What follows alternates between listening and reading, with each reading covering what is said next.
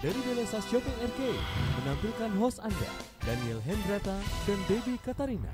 Shalom pemirsa sekalian, jumpa lagi bersama dengan kami dalam suatu acara yang luar biasa yaitu Good News Program bersama dengan saya Daniel Hendrata dan istri saya Debbie Katarina. Senang sekali bisa menjumpai pemirsa sekalian baik yang ada di rumah maupun yang ada di Belesa Shopping Arcade ini. Iya pemirsa sekalian, jangan lupa bahwa Good News Program dapat pula Anda saksikan melalui website kami yang dari www.anugerah.net. Pemirsa, bahwa firman Tuhan mengatakan bahwa bumi dan segala yang ada di dalamnya adalah milik Tuhan, Deb.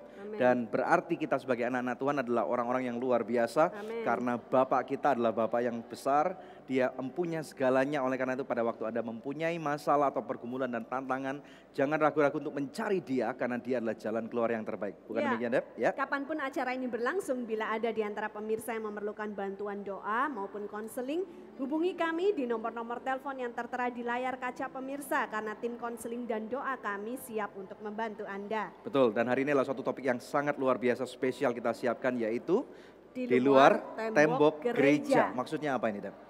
Well pemirsa, suatu kegerakan yang hebat bisa terjadi di dalam gereja. Tetapi Tuhan meminta supaya gereja bisa memberikan dampaknya bukan hanya di dalam tembok gereja Betul. itu sendiri, Ya. dinikmati oleh jemaatnya sendiri, tetapi bisa dirasakan oleh masyarakat yang ada di luar tembok gereja. Karena Hari ini, karena di dalam firman Tuhan itu dikatakan bahwa gereja itu menjadi pusat kegerakan, Deb, Iya. ya, pusat kesembuhan, pusat makanan, pusat segala-galanya dan bagaimana tantangannya untuk membawa berkat ini keluar sampai ke orang-orang yang bahkan nggak kenal Tuhan.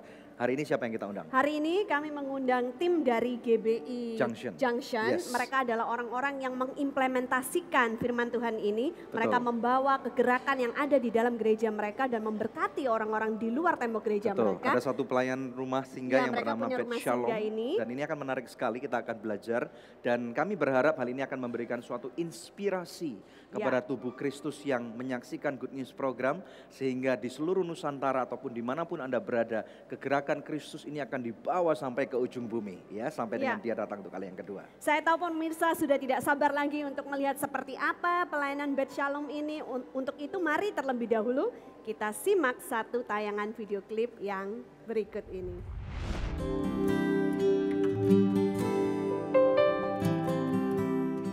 Tuhan meminta kita untuk menjadi garam dan terang dunia, untuk membawa dampak yang berarti bagi masyarakat di sekitar kita. Kabar baik harus diberitakan dan dirasakan, bukan hanya di dalam gedung gereja, tetapi juga di luar tembok gereja. Karena disitulah ladang pelayanan yang sesungguhnya. Puji Tuhan, gereja-gereja sudah mulai mengerti dan mengaplikasikan mandat ini. Seperti GBI Junction yang mendirikan rumah panti Bet Shalom, yang menampung orang-orang jompo yang sebatang kara dan tidak punya seorang keluarga pun.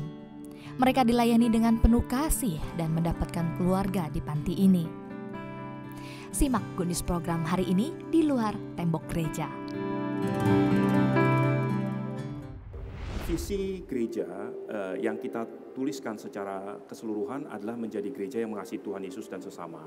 Dan akibatnya misinya itu, kalau betul-betul kita mengasihi Tuhan Yesus, maka hidup kita pasti akan berdampak buat orang lain.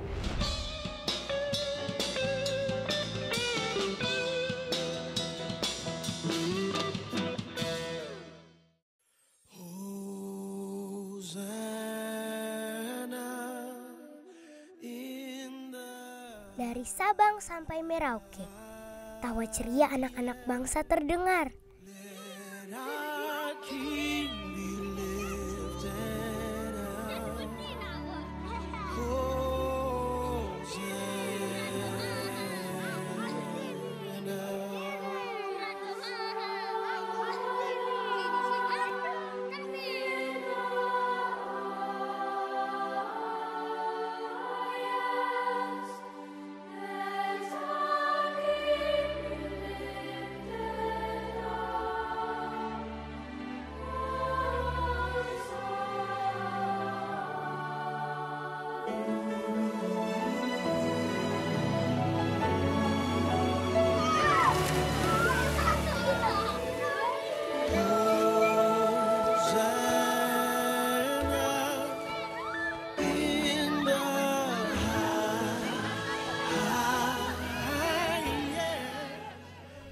mereka memiliki cita-cita dan impian yang memancar.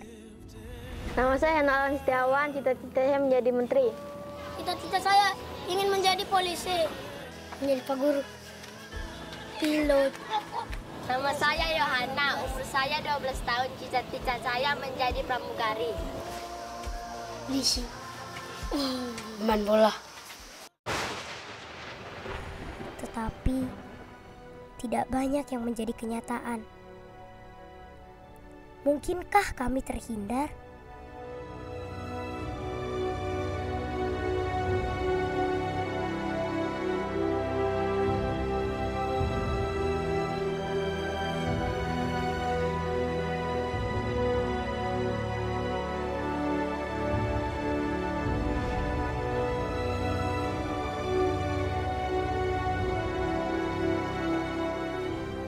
Peran serta Anda menentukan masa depan mereka. 1000 anak bisa.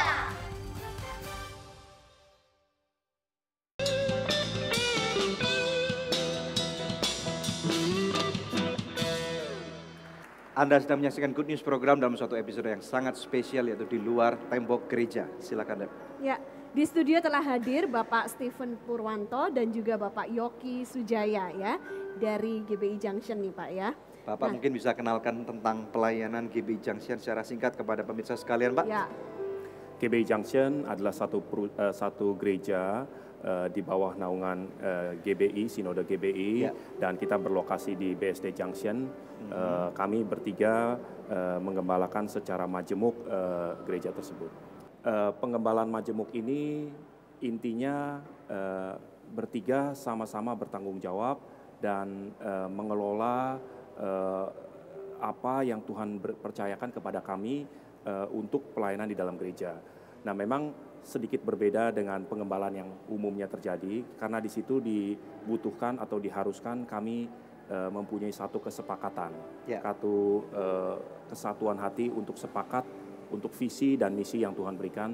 Dan ketika kami sepakat, baru kami implementasikan. Berarti kalau nggak sepakat nggak bisa dijalankan ya, apapun ide yang ada gitu Pak. Betul, apakah ini sesuai dengan apa yang tertulis dalam kitab para rasul pada waktu itu? Para pemimpin atau rasul-rasul berkumpul untuk kemudian memikirkan apa yang sedang terjadi di masyarakat dan dalam gereja gitu.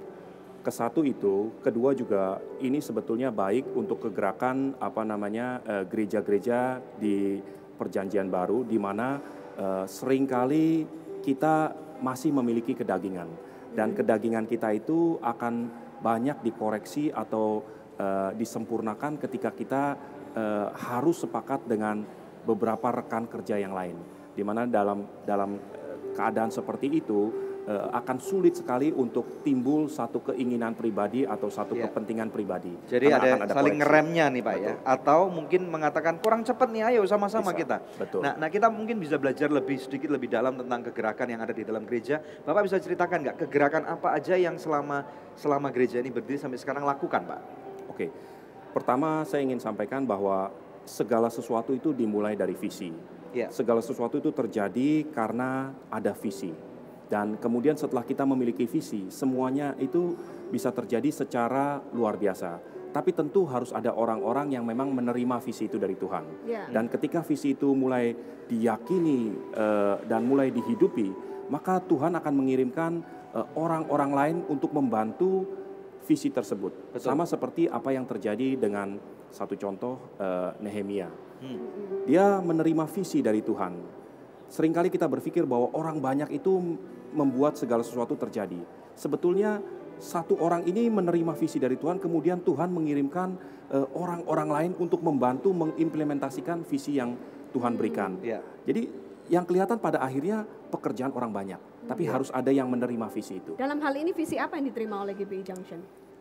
Visi gereja yang kita tuliskan secara keseluruhan adalah menjadi gereja yang mengasihi Tuhan Yesus dan sesama. Dan akibatnya, misinya itu kalau betul-betul kita mengasihi Tuhan Yesus, maka hidup kita pasti akan berdampak buat orang lain. Amin. Nah, salah satu ayat yang saya temukan itu di dalam Kisah Rasul 13 ayat 36. Itu dalam bahasa Inggris lebih jelas dikatakan seperti ini. Bagi Daud, setelah dia menggenapi seluruh kehendak Tuhan pada zamannya, kemudian dia mati. Nah, kalau saya boleh sampaikan, sebetulnya setiap anak-anak Tuhan itu mempunyai tanggung jawab ataupun beban khusus yang Tuhan berikan kepada mereka. Dan sebelum mereka mati, mereka harus menggenapi semua rencana Tuhan pada generasinya. Dan ini yang kita gumuli, kemudian kita berdoa, Tuhan taruh beban. Apa yang kita bisa lakukan sebagai satu gereja untuk berdampak bagi generasi kita di lingkungan di mana kita berada. Sehingga dari situ lahirlah Bet Shalom. Nah, kemudian kegerakan apa aja yang di dalam gereja dulu nih Pak, yang sudah dihasilkan selama gereja ini berdiri? Sudah berapa lama Pak gereja ini berdiri? Gereja 3 tahun setengah. 3 tahun, jadi gereja yang relatif baru ya. Ya. Tetapi Tuhan nggak pernah melihat berapa usia, berapa tua, berapa mudanya ya. Silakan Pak. Di dalam gereja sendiri tentu kita melakukan beberapa hal-hal selain pengajaran dan apa namanya pemulitan supaya orang-orang itu belajar terus untuk tetap mengasihi Tuhan.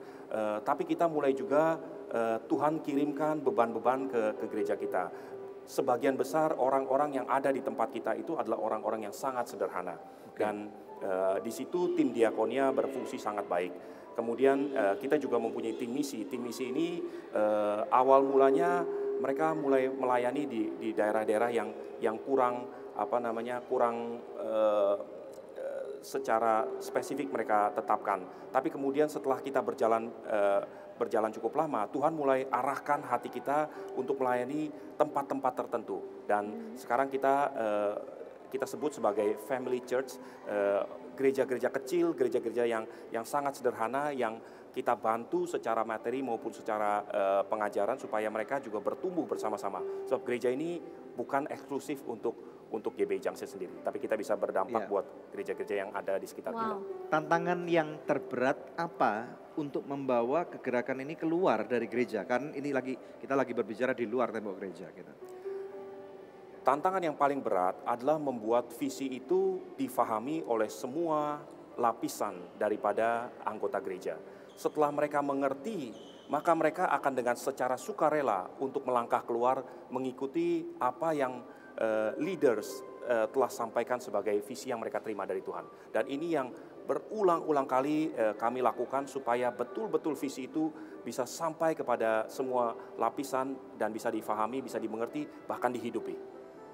Nice. Nah ini sesuatu yang kegerakan yang luar biasa. Pemirsa sekalian, kita tahu bahwa hal ini akan menjadi suatu kegerakan yang besar. Dan nanti kita akan take a break dulu. Kita akan take a break dan kemudian kita akan membahas tentang Bet Shalom ini lebih lanjut. Ya, jangan kemana-mana. Tetap bersama dengan kami dalam Good News Program. Memang ada syaratnya dari 60 ke atas dengan syarat-syarat tertentu. Dan juga kita menampung anak-anak yang terlantar.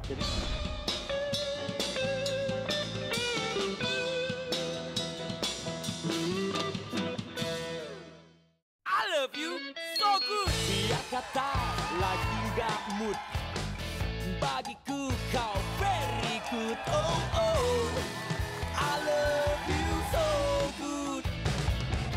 Aku suka makan so good, hanya so good, nikmat tak lezat. Oh so good, very good. What is very good? So nice, so nice. Ayo makan so nice, ayo kita SMS, semua makan so nice. Ujungnya aja enak, apalagi tengahnya Bud. So nice, enak loh. SMS, semua makan so nice.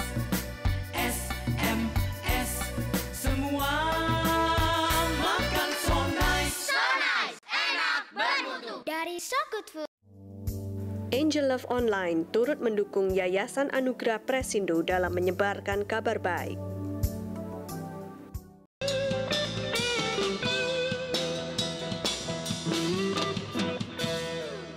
Masih bersama kami dalam Good News Program. Topik kita hari ini adalah di luar tembok gereja. Kembali kepada Pak Stephen dan Pak Yogi. Nah, bisa diceritakan nggak tentang Bet Shalom ini? Bet Shalom ini rumah singgah ya, yang dibentuk oleh GBI Junction. Nah, seperti apa sejarah terbentuknya Bet Shalom ini? Sebenarnya bukan sebut rumah singgah pun, itu menampung orang-orang yang benar-benar tidak mampu, baik itu memang ada syaratnya dari 60 ke atas dengan syarat-syarat tertentu dan juga kita menampung anak-anak yang terlantar. Jadi mereka tinggal di sana Pak ya? Memang tinggal di Jadi secara tempat istilahnya kita. dalam tanda kutip secara permanen gitu? Iya betul. Wow. Jadi semuanya kita tampung dengan catatan memang yang benar-benar tidak mampu. Kita tidak menampung umpama seperti ada orang yang opa-omanya nggak ada yang urusin terus kita dibayar, kita nggak bisa terima. Kenapa Pak? Karena dibayar kan dapat penghasilan. Karena memang misinya nggak seperti itu. Misinya nggak seperti itu Pak. Kita memang misinya tuh untuk benar-benar menampung bagi orang yang tidak terlantar istilahnya, sudah tidak diurus lagi sama mungkin saudara yang sudah nggak ada atau mungkin juga istilahnya tunggal lah gitu. Nah Pak Steven nih saya mau tanya dulu, sejarah berdirinya sehingga terbentuk Beth Shalom ini bagaimana? Kembali lagi, seperti tadi saya katakan, awal mulanya Tuhan berikan satu beban di hati kami para pemimpin, kami rindu untuk melakukan sesuatu. Nah, setelah saya mengerti itu, saya refleks kembali kepada masa kecil saya. Saya melihat bahwa di lingkungan kita itu begitu banyak orang-orang yang tinggal di bawah garis kemiskinan, itu ke satu. Kedua, jemaat yang Tuhan kirimkan juga banyak yang kekurangan. Dan mereka harus hidup terlantar, harus memikirkan umur udah 70 lebih, 80 tahun. Tapi mereka harus memikirkan bagaimana membayar kontrakan, makan, kalau sakit dan sebagainya. Nah dari beban itu, kemudian dalam satu ketika kita bicara dengan beberapa orang, kita sedang cari tanah gitu ya, yang cukup murah di daerah Bumi Serpong Damai. Tiba-tiba ada satu orang, waktu itu dia belum jadi jemaat, bahkan dia berkata bahwa kalau di dalam BSD sendiri mau nggak? Saya katakan, wah itu jangan, terlalu mahal. Lalu dia tanya begini lagi, kalau gratis mau nggak? Wah saya jadi nggak enak. Saya bilang, awalnya saya tolak. Dan sampai 3 kali saya tolak, dan di sebelah saya ada duduk seorang hamba Tuhan, Pak Daniel Alexander. Dia tegur saya, dia katakan, kamu nggak boleh tolak, karena dia nggak memberikan kepada kamu. Dia berikan kepada Tuhan, yang Tuhan taruh dalam hati kamu. Sehingga hari itu kita terima. Dan persis waktu hari itu kita terima, malamnya saya terima SMS dari salah satu pendoa yang adalah istrinya Pak Yoki sendiri. Dia katakan, Pak, hari ini persis gereja ini berumur 9 bulan 10 hari. Seperti satu kelahiran pertama. Dan itu mungkin boleh dikatakan seperti secara kebetulan, tapi visi itu memang dikandung. Dan kemudian pada waktunya visi itu akan dilahirkan. Jadi sesuatu yang dikandung pasti akan dilahirkan. Amin. Nah Bapak tadi berbicara tentang masa kecil. Ini saya tertarik, memang ada apa dengan masa kecil Bapak? Saya keluarga yang sangat-sangat sederhana. Dan, miskin maksudnya Pak? Ya cukup miskin. Dan pada waktu saya anak-anak, saya tuh kadang-kadang bisa terbangun di pagi hari ketika saya terutama pada waktu hujan. Karena saya tahu ayah saya tuh dengan motor Vespanya dia pergi menjajakan kue-kue. Saya berpikir pada waktu itu saya umur 10, 9 tahun, saya mulai berpikir apa yang bisa terjadi dengan ayah saya, dan kedua dengan barang dagangannya. Pasti semuanya hancur. Dan tanpa terasa saya bisa menangis sebagai anak-anak tuh pada waktu itu. Dan semakin kemudian masa itu nggak pernah hilang dari ingatan saya. Begitu saya selesai kuliah, saya bekerja, saya rindu untuk memberikan tempat penampungan buat orang tua saya. Sekarang sampai hari ini orang tua saya masih ada dan mereka tinggal bersama-sama dengan saya. Tapi kadang-kadang saya masih bisa terbangun malam hari ketika hujan lebat, juga menangis hal yang sama. Ternyata Tuhan kirimkan orang tua lain, yaitu jemaat-jemaat yang memang sangat sederhana gitu. Dan ternyata beban ini bukan cuma sekedar buat diri saya sendiri atau buat keluarga saya. Tapi Tuhan mau kita bertumbuh di dalam visi itu sehingga kita bisa berdampak juga buat orang lain yang ada di sekitar kita. Sama seperti yang tadi Daud katakan, bagi Daud, dia hanya bersedia, Tuhan panggil dia ketika dia mati, itu pada saat dia sudah menggenapi semua rencana Tuhan. Nah ini sekarang sebagai penanggung jawab Beth Shalom, silakan. Ya, di Beth Shalom ada berapa orang Pak yang ditampung? Sementara ini ada 9 dan mungkin hari Minggu itu akan masuk satu lagi jadi 10 sementara ini. 10, karena itu baru orang tua. Bagaimana dengan anak-anaknya? Anak-anak itu ada 5. Ya. Dan ini adalah orang-orang yang terlantar yang tidak punya keluarga gitu ya. Mereka hidup sebatang kara. Semua rata-rata ada yang malah ada sebagian orang yang dipungut terlantar di luar, jadi kita terima. Memang kita tempatnya itu loh, bukannya tempat untuk orang tua taruh di sana dengan bayaran gitu. Iya, iya. Nah, ini kalau misalnya Bapak kita tayangkan di televisi dan kemudian akan ada orang-orang yang memang asli dia miskin, sebatang kara, tidak punya apa-apa. Apakah Beth Shalom ini siap untuk menampung mereka ini? Siap, dengan catatan memang ada syaratnya memang di atas 60 tahun. Kalau yang orang tua di atas 60 tahun. Dan dalam keadaan ya sehat. Pengertian sehat itu ya nggak ada penyakit menular, Tidak ada penyakit menular. Oke, terus kemudian? Mungkin nggak ada gangguan jiwa. Tidak gila. Oke. Jadi sehat ya pada umumnya sehat karena lah. Kalau gila gitu. di susah ada pelayanan lain lagi. Iya, karena kita nggak bisa, kami nggak punya khusus untuk melayani orang seperti itu gitu. Nah kalau untuk anak-anak yang kalau anak terlantar memang anak-anak yang benar-benar tidak mampu, orang tuanya sudah tidak mampu untuk. Tapi bukan rumah yatim piatu. Belum tentu ya? Belum. Sebagian yatim piatu. Ada yang yatim piatu, ada yang memang mereka sebatang kara. Betul. Iya. Oke, sebagai penanggung jawab, cara mengelola ada kurikulum khusus nggak yang gereja atau penanggung jawab siapkan untuk menjangkau atau melayani orang-orang di Beth Shalom? Sebenarnya saya pribadi, sebenarnya saya bertiga, saya Pak Budi, Pak Aliang, saya bertanggung jawab untuk mengelola ini. Terbatas penanggung jawab untuk mengatur segala sesuatunya mengenai keuangannya, mengenai semua yang berhubungan dengan kehidupan mereka. Tapi jadi ini polanya bertiga ya, kepemimpinan gereja bertiga, kepemimpinan Beth Shalom bertiga, seperti Bapak Putra dan Roh Kudus gitu ya.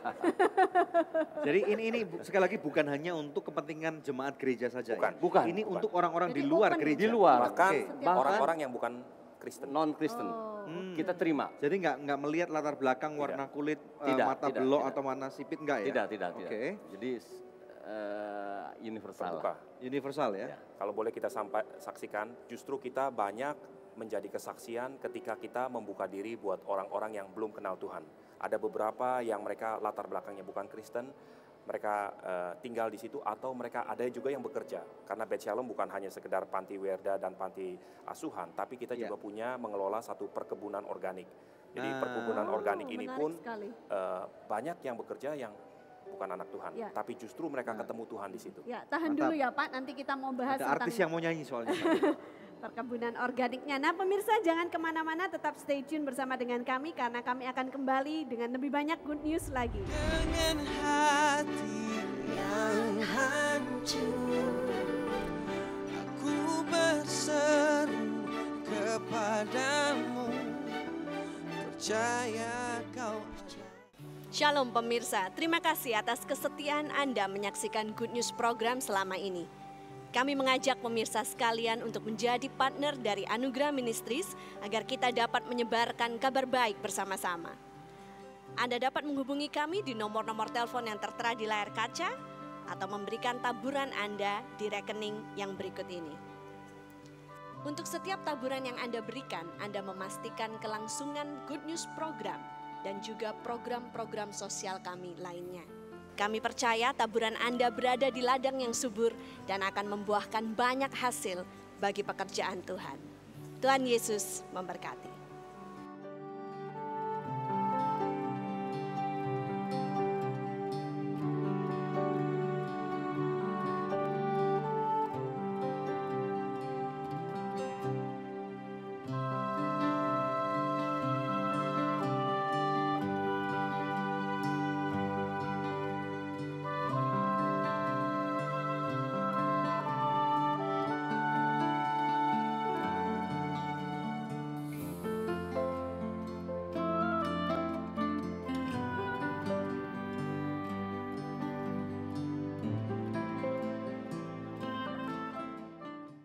Love you so good. Dia kata lagi gak mood, bagiku kau very good. Oh oh, I love you so good. Aku suka makan so good, hanya so good, nikmat tak lezat. Oh so good, very good. It's very good. Ayo makan so nice, ayo kita SMS, semua makan so nice. Ujungnya aja enak, apalagi tengahnya, Bud. So nice, enak loh.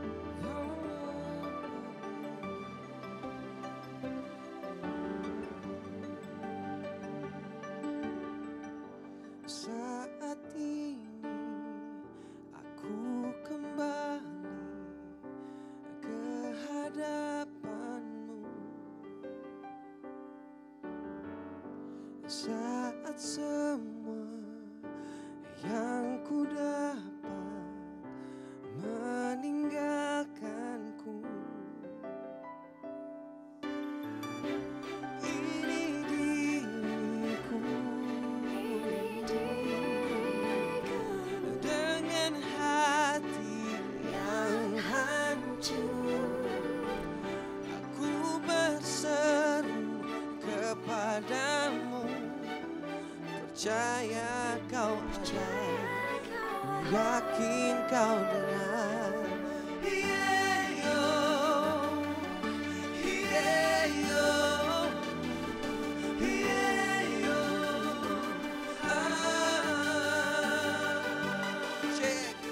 Bila ku mengingat kehidupanku, bila ku melihat hari-hari yang berlalu, tiada sedetik pun kau meninggalkanku, tiada sejelik pun pengalamanku tanpamu. Perananmu terasa nyata, kasihmu selalu ada, kata-katamu bagai pelita. Telah ku jalani kehidupan dunia, hanya darimu temukan kasih yang nyata. Ini diriku dengan hati yang hancur, aku berseru kepadamu, percaya kau ada, ku yakin kau dengar.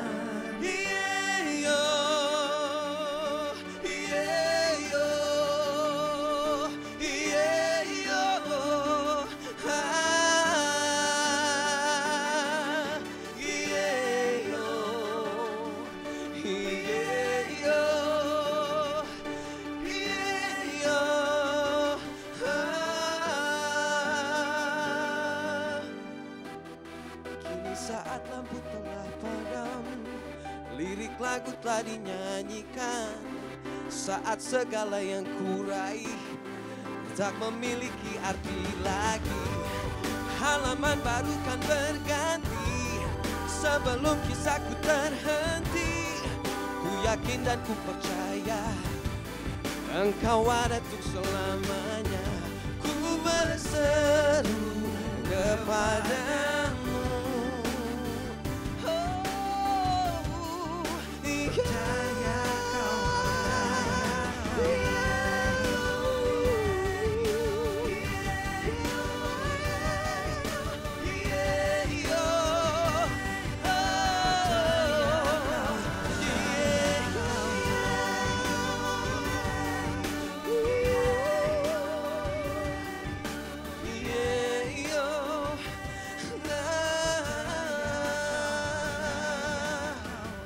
saat ini aku kembali ke hadapanmu.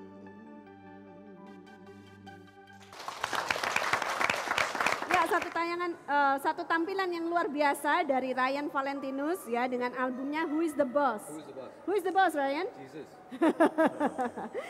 Wah, asik sekali tadi Daniel ya, asik, rapping asik. gitu ya. Nah, bisa cerita nggak kenapa kamu milih genre atau warna musik yang tadi seperti itu? Ada nge-rapnya itu tadi. Musik itu bagi saya adalah satu media untuk mengkomunikasikan satu pesan. Di dalam Who's the Boss ini saya ingin menyampaikan satu pesan bahwa kadang-kadang kita lupa akan siapa Tuhan dari segala Tuhan dalam kehidupan kita. Ya, saya pengen memperingatkan bahwa semuanya who's the boss in your life. Jangan jadikan punya pengalaman khusus nggak kamu atau pengalaman yang secara pribadi dengan Tuhan gitu? Dengan Tuhan sendiri banyak seringkali. Bisa ceritakan satu yang paling berkesan? Satu yang paling berkesan adalah proses pembuatan album ini. Proses pembuatan album ini dimulai dari nol, sama sekali saya nggak punya apa-apa. Saya cuma punya tujuan dan mimpi bahwa suatu hari saya akan merilis album rohani. Album rohani, di mana album rohani ini saya ingin memberi dampak ke dunia di luar dari gereja, di mana lagu ini bisa diputerin di radio-radio sekuler juga. Oh, nice. Ini album perdana ya? Untuk di rohani ini album perdana, tapi kalau misalnya di sekuler ini udah album ketiga. Oh gitu. Nah, keterlibatan Ryan di dunia sekuler seperti apa? Saya dengar juga menjadi pembuat salah satu bintang iklannya. Bintang iklan atau pengisi vokal dari sebuah bank? Dan juga pembuat jingle dari satu bank yang berwarna biru. Iya. Oke. Di situ saya terlibat di produksi pembuatan jingle. Sebetulnya itu lagu udah jadi di album saya yang kedua tahun 2010, tapi kemudian salah satu lagu di album tersebut dijadikan jadi jingle untuk produk bank tersebut. Istilahnya kan di dunia sekuler lebih saklek nih, mau kontraknya sekian, kalau nggak mau it's okay gitu. Nah, kenapa kamu harus terjun ke dunia artis rohani yang orang bilang istilahnya mungkin secara materi kurang menghasilkan gitu? Sebetulnya tujuan saya untuk merilis album rohani ini untuk menyampaikan pesan itu tadi. Visi saya cuma mengingatkan bahwa kita punya bos dari kehidupan kita yang sangat besar. Dibandingkan tantangan dengan album atau dunia musik sekuler apa kalau di rohani? Tantangannya lebih besar karena saya membawa misi yang lebih besar juga. Itu secara pribadi. Kalau dari segi penjualan bagaimana? Kalau segi penjualan justru karena adanya bos yang lebih besar, jadi saya lebih pede untuk menjual dan bos kamu lebih besar daripada bank manapun juga gitu. Puji Tuhan. Puji Tuhan ya. Nah, apa harapan Ryan untuk album Who is the Boss ini? Harapan saya bisa didengar sama banyak orang, tentunya bukan cuma dari kalangan Kristen, tapi juga di luar Kristen. Iya, nice. Ini covernya menarik banget, itu foto kamu? Ya, itu foto saya 1 tahun lalu. Rambutnya panjangnya waktu ini ya? Rambutnya panjang. Bisa diceritakan nggak tema daripada album ini kelihatannya mean machine gitu, gimana nih? Biasanya kalau gambaran kita tentang bos itu biasanya classy, terus kelihatannya kejem gitu. Nah tuh, oke. Terus kemudian? Gambaran bos duniawi mungkin seperti ini. Tapi kalau misalnya yang saya maksud di sini kan justru sebaliknya. Bos yang penuh kasih, bos yang penuh dengan keagungan dan kemuliaan. Luar biasa. Luar biasa. Sukses buat Ryan ya. Who's the boss? Ya, pemirsa, ini saatnya kuis yang selalu dinanti-nantikan pemirsa. Di dalam album ini terdapat banyak lagu-lagu Natal. Nah, untuk pemirsa yang ingin mendengarkan lagu-lagu Natal, bisa mengikuti kuis kita hari ini. Pertanyaannya mudah sekali. Album Ryan keberapakah album rohani ini yang berjudul Who is the Boss ya? Anda bisa kirimkan jawabannya melalui SMS atau melalui email dengan format seperti ini ya. Kuis, kemudian nama, alamat lengkap saudara dan jawabannya. Bila Anda mengirimkannya lewat email, sertakan juga nomor HP Anda. Maka kepada 10 orang pemenang terpilih, kami akan mengirimkan masing-masing sebuah CD Who is the Boss, persembahan dari Ryan Valentinus. Pemirsa tetap stay tune bersama dengan kami akan kembali lagi dalam Good News Program. Memang ada syaratnya dari 60 ke atas dengan syarat-syarat tertentu dan juga kita menampung anak-anak yang terlantar.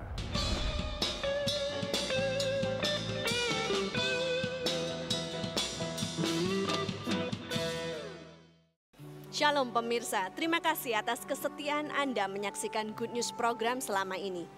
Kami mengajak pemirsa sekalian untuk menjadi partner dari Anugerah Ministries agar kita dapat menyebarkan kabar baik bersama-sama. Anda dapat menghubungi kami di nomor-nomor telepon yang tertera di layar kaca atau memberikan taburan Anda di rekening yang berikut ini. Untuk setiap taburan yang Anda berikan, Anda memastikan kelangsungan Good News Program dan juga program-program sosial kami lainnya. Kami percaya taburan Anda berada di ladang yang subur dan akan membuahkan banyak hasil bagi pekerjaan Tuhan. Tuhan Yesus memberkati.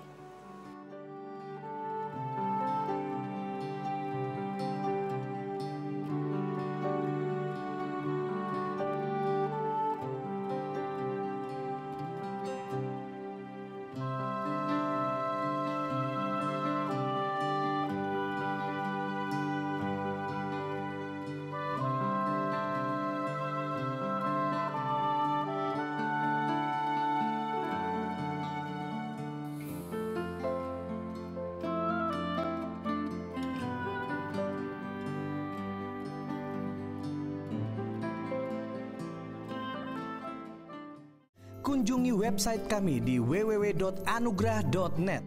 Adikku sayang, persembahan dari Anugerah Ministries.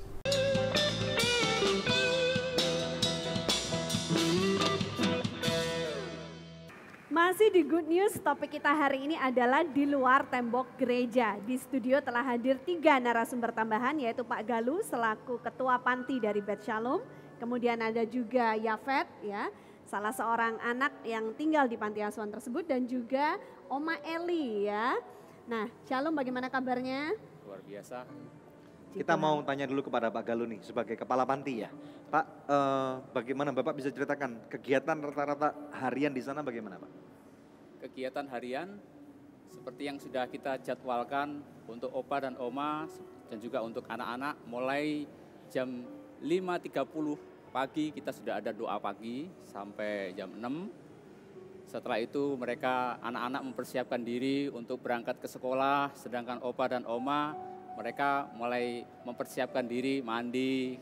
Setelah itu beberapa oma-oma ada yang berjemur dan mulai setelah itu ada sarapan pagi. Ya, beberapa jam kemudian kira-kira pukul 10 ada pelayanan dari tim doa GPI Junction. Ya, di situ mereka akan diajar firman Tuhan, didoakan untuk setiap persoalan permasalahan yang mereka hadapi. Kalau mereka sakit, ya mereka didoakan, pokoknya dilayani. Sampai jam 12, setelah itu mereka makan siang, selanjutnya istirahat, sore, sama mereka juga melakukan aktivitas biasa. Ada yang jalan-jalan ke kebun, lihat-lihat tanaman, ada juga lihat-lihat binatang, refreshing lah begitu. Setelah itu mempersiapkan diri untuk mandi, dan 6:30 malam kita ada doa juga untuk persiapan istirahat malam.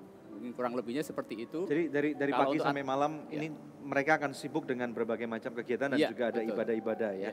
Luar biasa sekali ya. Oke. Ya, nah mau bertanya kepada Yafet, sudah berapa lama tinggal di panti tersebut? Saya sudah hampir 1 tahun. 1 tahun ya. Kamu usianya berapa tahun? 17 tahun. Oh, oke. Yafet ini siapa sebelum tinggal di panti di rumah Bet Shalom ini? Oh, saya ini sebenarnya hanya jemaat utamanya. Tapi lambat laun saya orang tua saya nggak mampu buat biayain saya dan akhirnya saya dimasukkan ke panti Bet Shalom ini. Menurut kamu hal-hal apa yang kamu terima di sana? Bisa ceritakan nggak?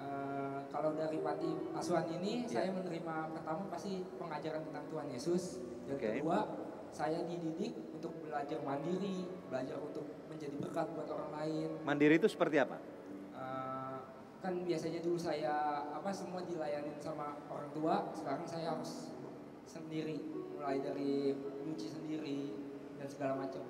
Oke, dan ini dampak buat Yafet secara pribadi bagaimana? Dampaknya cukup positif.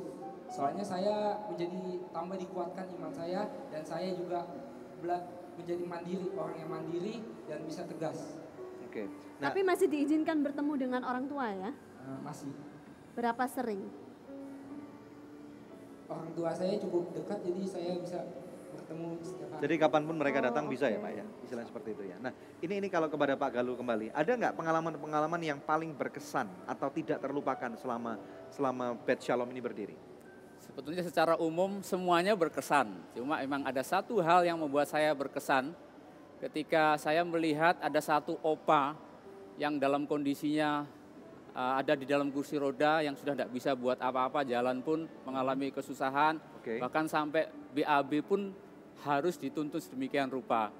Dan saya berpikir kalau bukan saya dan teman-teman yang dipercayakan yang ada di situ, kira-kira siapa yang bisa membantu?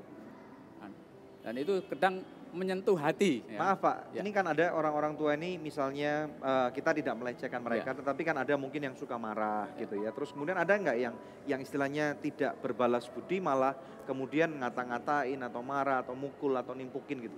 Awalnya seperti itu, justru persoalan yang terjadi adalah mereka itu baku berkelahi karena baku berkelahi dalam arti sampai bicara-bicara hal-hal yang nggak baik. Antar sesama penghuni sempat atau? Ada, iya antar penghuni. Ya karena mungkin awal-awal mereka kumpul dalam komunitas yang baru dengan kondisi yang berbeda-beda, ya dengan keadaan yang berbeda-beda. Tapi setelah coba kita bina setiap pagi malam kan ada doa, ada pengajaran firman Tuhan.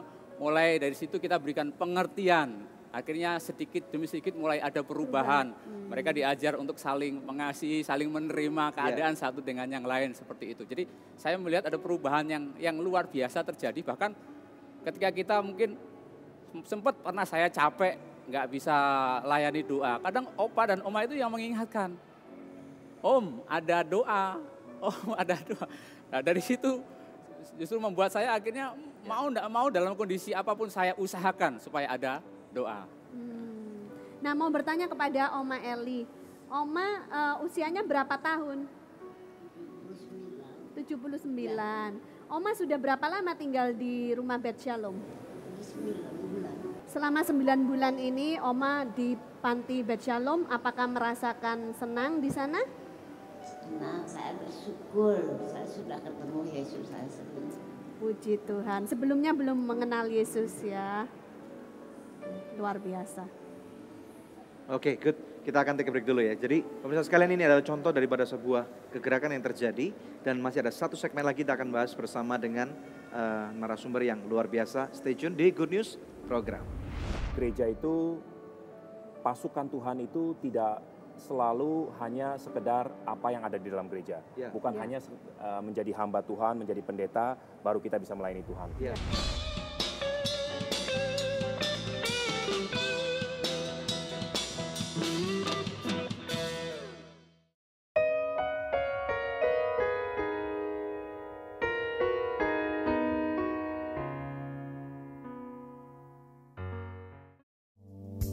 Angel Love Online turut mendukung Yayasan Anugerah Presindo dalam menyebarkan kabar baik.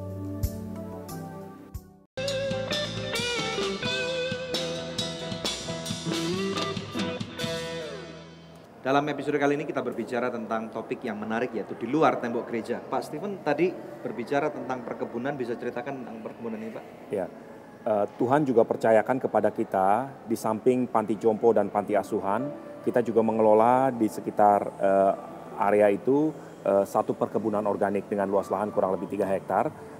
Perkebunan itu kita tanami buah-buahan dan sayur-sayuran, juga ada beberapa kita piara ayam dan sebagainya.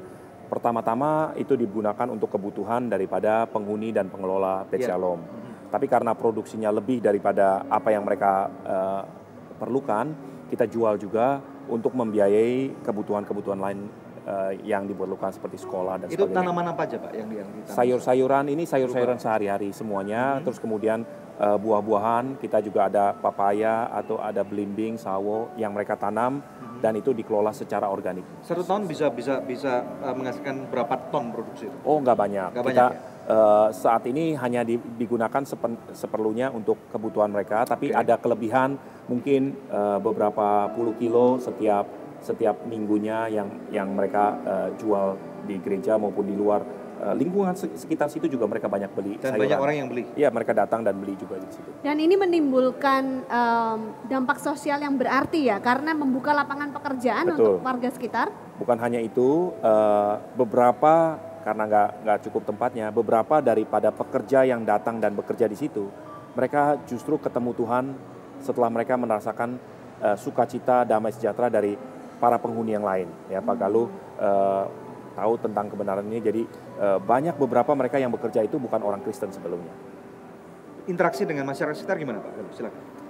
Selama ini cukup baik, apalagi kita juga hubungan dengan Pak RT dan juga beberapa tetangga. Mereka sangat senang sekali melihat artinya perhatian dari kita terhadap opa, oma, dan anak-anak, dan mereka sangat mendukung sekali dengan kegiatan ini. Kalau resistensi dari masyarakat mungkin Pak Yogi bisa jelaskan? Dari masyarakat cukup baik. Karena ya? Jadi nggak ada resistensi apa-apa. Kita menerima opa oma orang tua tuh bukan dari kalangan Kristen. Jadi semua. Jadi ini siapapun, ya itu yang penting. Siapapun bisa masuk kalau memang itu memenuhi syarat daripada tidak mampu itu, memang terlantar itu ya. Jadi ada kita nggak batas. Yang pura-pura nggak mampu gitu. Saya rasa nggak mungkin kalau ada seperti yang baru mau masuk ini ada berita bahwa ada seorang ibu-ibu umur 70 lebih artinya ditinggal Nottingham. Kita survei dulu. Gitu. Oh, jadi ada survei. Memang benar-benar. Soalnya kalau kita nggak survei bisa aja kan nanti salah terima. Gitu. Kedepannya Pak Stephen, kegerakan gereja rencananya apa setelah ini? Iya, ini secara kalau boleh saya sampaikan, jadi gereja itu pasukan Tuhan itu tidak selalu hanya sekedar apa yang ada di dalam gereja. Bukan hanya menjadi hamba Tuhan, menjadi pendeta, baru kita bisa melayani Tuhan. Ternyata pasukan Tuhan itu dari segala lapisan, Tuhan bisa jangkau banyak hal. Itu pertama. Yang kedua, dibuktikan juga di dalam Alkitab. Orang-orang yang sebetulnya bukan pengkhotbah ataupun bukan nabi, tapi justru mereka dipakai Tuhan secara luar biasa. Seperti Nehemia, dia seorang civil engineer ya, tapi dia dipakai Tuhan untuk tujuan khusus. Nah, satu hal, ada begitu banyak yang kita ingin atau kita rindu untuk lakukan. Yang pertama, yang paling penting kita harus miliki adalah hati yang rela. Satu kebenaran Tuhan sendiri itu bicara dalam baik di perjanjian lama maupun di perjanjian baru. Bahwa orang miskin itu akan selalu ada bersamamu. Kalau Tuhan itu maha kuasa, kenapa Tuhan nggak buat mereka jadi kaya? Kalau Tuhan maha kasih, kenapa Tuhan tidak hapus kemiskinan? Tapi mungkinkah Tuhan buat itu semua supaya orang lain seperti kita yang sudah mengecap kebaikan Tuhan justru bisa berbagi dengan mereka? Amin. Nah, ini yang gereja bisa lakukan di luar tembok gereja. Kalau kita berani atau rela untuk keluar sedikit dan melihat di luar sana masih begitu banyak orang yang butuh pertolongan, maka gereja akan berdampak luar biasa. Jadi bukan cuma sekedar apa yang ada di dalam gereja. Nah, kalau ini kan semua aktivitas ini menyedot keuangan gereja dengan banyak sekali. Nah, apakah gereja secara keuangan kasnya untuk kebutuhan internal kekurangan? Sampai hari ini semua kita bisa mencukupi. Jadi kita mempunyai satu hal, kita mempunyai Allah yang tidak terbatas. Amin. Kita terbatas. Tapi kalau kita melangkah di dalam rencana Tuhan, Tuhan bisa cukupkan dengan berbagai macam kreativitas. Mereka buat tanaman organik. Sekarang mereka sedang merencanakan mendaur ulang botol-botol aqua. Ya, di Beth Shalom mereka mendaur ulang botol-botol aqua. Kita umumkan kepada seluruh jemaat untuk kumpulkan botol-botol aqua, kita daur ulang sehingga mereka bisa jual untuk membiayai orang lain.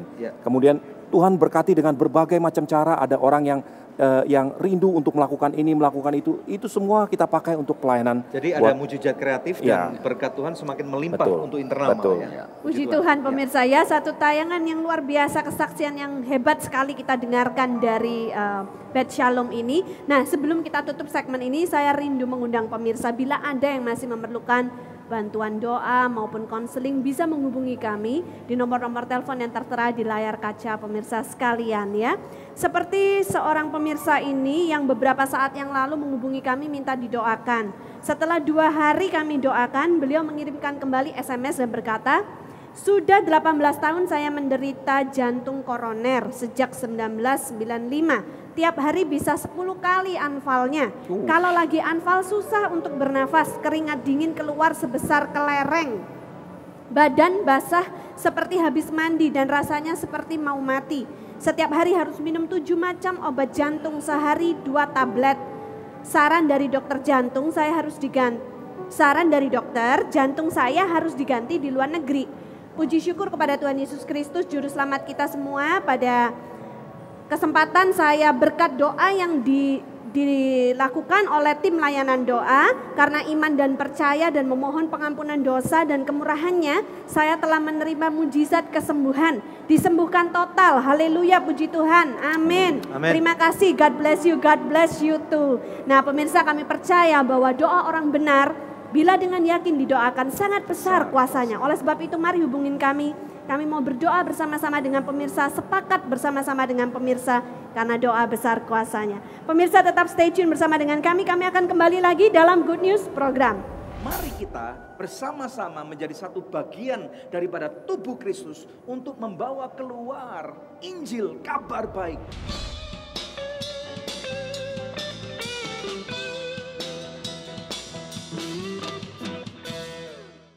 I love you so good. Dia kata lagi gak mood, bagiku kau very good. Oh oh, I love you so good.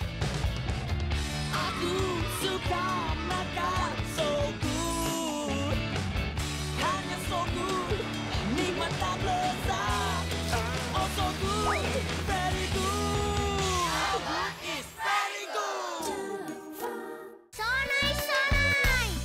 Ayo makan so nice.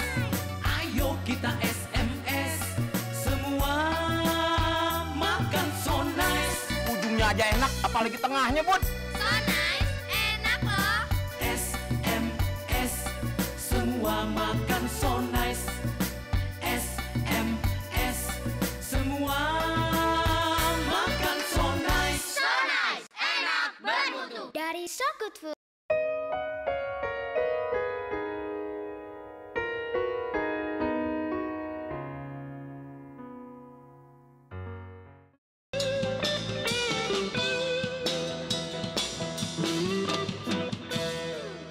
Pemirsa, Anda menyaksikan segmen terakhir dari Good News Program, topik kita hari ini adalah di luar tembok gereja. Terima kasih kepada Pak Steven, Pak Yoki, Oma Eli, Yafat, dan Pak Galuh yang sudah membagikan kesaksiannya di Good News Program. Ya, sukses selalu buat GBI Junction dan buat Rumah Panti Bet Shalom. Kami diberkati, terima kasih ya. Puji Tuhan. Oke, pemirsa sekalian, mari kita lihat dan tutup daripada firman Tuhan yang akan saya ambilkan daripada kitab Matius pasal yang ke-25. Ayat ke-33 sampai dengan 36. Sebelum kita baca, pemirsa sekalian, mari kita tahu bahwa percayakah Anda bahwa pada waktu seseorang itu akan pergi untuk berpulang atau meninggal atau pergi tempat yang jauh, dan dia akan meninggalkan pesan-pesan yang sangat penting kepada anak-anaknya, kepada keluarganya, dan ini pula yang menjadi latar belakang daripada firman Tuhan yang akan saya bawakan ini. Yesus sebelum dia disalibkan, sebelum dia mati, sebelum dia pergi daripada dunia, dia memberikan pesan-pesan yang terakhir, dan Matius 25 ini adalah satu fundamental yang sangat penting. Ada 3 cerita mengenai 5 gadis bodoh, 5 gadis bijaksana, mengenai cerita tentang talenta, dan ini yang saya akan bawakan yaitu mengenai kambing dan domba. Matius 25 ayat 33 sampai dengan 36 firman Tuhan berkata, dan ia akan menempatkan domba-domba di sebelah kanannya dan kambing-kambing di sebelah kirinya. Dan raja itu akan berkata kepada mereka yang di sebelah kanannya, mari hai kamu yang diberkati oleh Bapakku, terimalah kerajaan yang telah disediakan bagimu sejak dunia dijadikan. Ayat 35, sebab ketika aku lapar kamu memberi aku makan, ketika aku haus kamu memberi aku minum, ketika aku seorang asing kamu memberi aku tumpangan, ketika aku telanjang kamu memberi aku pakaian, ketika aku sakit kamu melawat aku, ketika aku di dalam penjara kamu mengunjungi aku. Pemirsa sekalian, mari kita simak baik-baik. Ada satu kejadian di sini digambarkan bahwa orang-orang ini kemudian dia diberikan satu gelar kehormatan yang sangat luar biasa kepada Tuhan, karena Tuhan berkata, pada waktu aku hina, aku sakit, aku telanjang, aku dalam penjara, kamu sudah mengunjungi, memberkati aku, memberikan aku pakaian. Orang-orang ini kaget, pemirsa sekalian, dan kemungkinan besar bertanya kepada Tuhan, Tuhan, engkau bukankah Tuhan? Tuhan maha besar, pencipta langit dan bumi, pemilik daripada segala sesuatu. Bagaimana mungkin engkau dalam kondisi seperti ini? Dan kemudian Tuhan menjawab bahwa pada waktu engkau melakukan bagi orang-orang seperti itu, maka sebenarnya engkau sedang melakukannya untuk aku. Ini kaget pemirsa sekalian. Dan kemudian kepada orang yang kirinya, ayat itu kemudian berkata kepada orang-orang disebut kambing, bahwa nyala engkau daripada hadapanku, karena pada waktu aku sakit, aku telanjang, aku miskin, aku di dalam penjara, aku tidak punya apa-apa, engkau tidak melakukannya untuk aku. Orang-orang itu kemudian juga kaget dan berkata, Tuhan, bukankah engkau Tuhan, raja di atas segala raja, pemilik daripada segala sesuatu? Bagaimana mungkin kau sakit, telanjang, engkau dalam penjara? Bagaimana mungkin Tuhan? Ini enggak fair dong Tuhan. Kemudian Tuhan berkata kepada mereka, karena pada waktu aku dalam kondisi seperti itu, sebenarnya engkau tidak memberkati mereka, artinya engkau tidak melakukannya untuk aku. Pemirsa sekalian, ini yang perlu kita pelajari, bahwa waktunya untuk gereja Tuhan sebagai satu tubuh Kristus, untuk kita bangkit menyadari hal ini, bahwa ada panggilan Tuhan untuk membawa kegerakannya untuk keluar daripada 4 tembok gereja. Saya percaya bahwa akhir zaman ini sudah dekat. Kita semua sedang menantikan kedatangan Kristus kali yang kedua. Dan kalau Kristus sendiri berpesan hal yang sangat penting, maukah Anda hari ini setelah mendengarkan satu inspirasi, satu kesaksian daripada kelompok narasumber yang sudah kami tayangkan hari ini, maukah Anda, hatimu, terutama saya memohon dan mengajak bersama-sama kepada para gembala sidang yang ada di seluruh pelosok tanah air, apakah gereja Anda besar ataupun kecil, ataukah jemaat Anda sudah diberkati ataupun belum, mari kita bersama-sama menjadi satu bagian daripada tubuh Kristus untuk membawa keluar Injil, kabar baik daripada Kristus Yesus keluar daripada gereja kita. Kalau ini adalah Anda, maka saya percaya hati Bapa itu disenangkan. Amen. Karena hati Bapa sedang melihat kepada orang-orang, maukah Anda, maukah anak-anakku untuk melakukan kehendakku? Kalau kita mau, saya percaya tantangan begitu banyak, pemirsa sekalian. Di dalam Di dalam lingkungan gereja tentunya kita berkata masih ada orang-orang yang perlu dilayani. Tapi saya percaya Tuhan berkata jangan khawatir, jangan takut. Karena aku punya cara, aku punya rencana, dan aku punya satu berkat yang sangat besar aku akan berikan kepada kamu. Amen. Ada berkat yang melimpah. Justru pada waktu gereja-gereja tidak lagi egois, tidak lagi berpikir akan dirinya, kebutuhan keluargaku, aku, diriku, cucuku, menantuku, anak-anakku. Maka ternyata kasih karunia Tuhan melimpah. Amen. Melebihi ambang batas yang menjadi kebutuhan ataupun bahkan keinginan hati saudara. Maukah Anda berdoa bersama dengan kami? Mari kita berdoa bagi seluruh tubuh Kristus yang ada di Indonesia. Bapa, di dalam nama Tuhan Yesus Kristus kami berdoa untuk satu kegerakan yang sangat besar. Untuk kegerakan yang akan mencakup seluruh gereja-gereja tubuh Kristus yang ada di Indonesia. Memberkati mereka Bapa. Biarlah hati-hati para gembala ini akan menjadi hati daripada Bapa. Seperti refleksi Bapa di surga. Kami memberkati sekarang di dalam nama Tuhan Yesus Kristus. Biarlah program ini menjadi satu corongmu Tuhan. Berbicara kepada setiap gereja yang ada. Kami memberkati, kami memanggil untuk gereja mau keluar daripada zona nyamannya. Daripada 4 tembok gereja untuk keluar membawa kegerakan di luar tembok gereja. Diberkatilah engkau di dalam nama Bapa, Putra dan Roh Kudus. Karena firman Tuhan mengatakan engkau adalah kepala dan engkau bukan ekor. Engkau naik dan engkau tidak turun. Di dalam nama Tuhan Yesus Kristus kami berdoa dan mengucapkan syukur yang diberkati Tuhan. Mari bersama dengan saya katakan amin. Haleluya. Ya pemirsa, inilah penghujung dari Good News program hari ini. Kami percaya pemirsa sekalian sudah diberkati melalui tayangan kita hari ini ya. Kita akan berpisah, tetapi untuk berjumpa kembali di pekan yang akan datang di hari, jam, dan stasiun televisi yang sama. Saya Dewi Katarina bersama dengan suami saya Daniel Hendrata. Kami bersyukur dan berterima kasih atas setiap dukungan dan support yang diberikan kepada pelayanan kami. Jangan lupa untuk cek selalu di website kami di www.anugrah.net. Anda juga bisa ikuti kami di Twitter ataupun di Instagram dan juga yang ada di Facebook. Terima kasih, Tuhan Yesus memberkati. Oh, yeah, yeah, yeah. Oh, oh.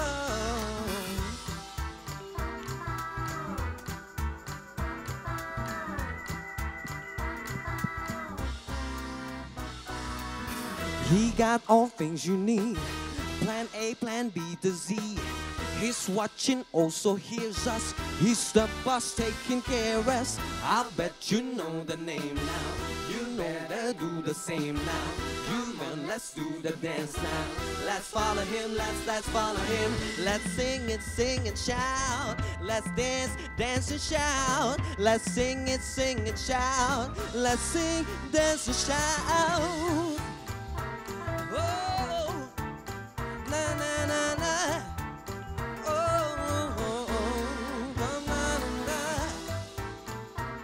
Who's the boss? Yeah, who's the boss now? 1, 2, 3. He makes the world and spin it around. He takes you up, knows when you're down. He's the king, he wears the crown.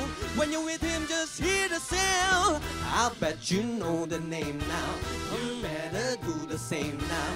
Come on, let's do the dance now. Let's follow him, let's follow him. Let's sing and shout. Let's dance and shout. Let's sing and shout. Let's sing, dance and shout. Who's the boss? Who's the boss? I'll show you who's the boss. Who's the boss? Who's the boss? Let me tell you who's the real boss.